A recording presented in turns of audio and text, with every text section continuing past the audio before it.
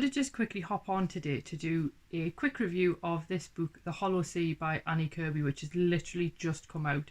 And the publishers were good enough to send me this review copy, but what follows is my honest review. And I really did enjoy it.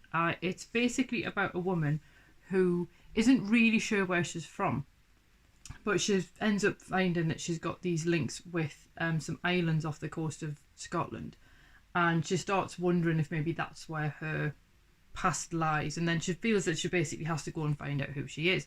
But it's interwoven with the story of somebody else who lived on this island, who was raising a child who was not her own, and then how other people were then interrelating with her. And that might sound a little bit cryptic because I don't really want to give too much away, but ultimately the two stories end up intersecting and colliding and so on. But the one reason why I've decided to include a review of it is because of the fact that it's so heavily influenced by folklore.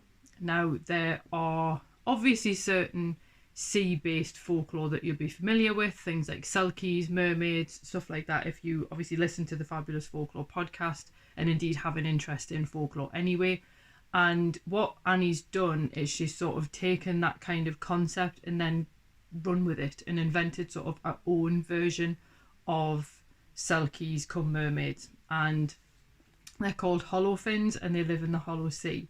She's also woven in other folkloric motifs as well, which again, if you've read any kind of folklore, then you'll be aware of these kind of things, such as humans who seem to have animal husbands or wives because they can take human form, say one day out of the year and so on, and she's got that in there as well.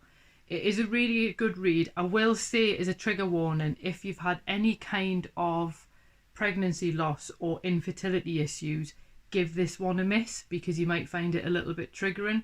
Otherwise, I would say if you love sea-based folklore like mermaids and selkies and so on, if you like narratives where characters have to discover who they really are and sort of dig into stories and lore and things like that, then I think you'll enjoy it as well. If you like horses that live in the sea, I loved those characters, they were so cool, then you'll definitely enjoy this. So just bear that little content warning in mind if you do decide to read it. But it is really, really well written. I really enjoyed it. I like the characterization and I could almost smell the sea air. So if you're looking for something to read as the summer ebbs away from us, then I do recommend The Hollow Sea by Annie Kirby. If you do read it, let me know what you think of it.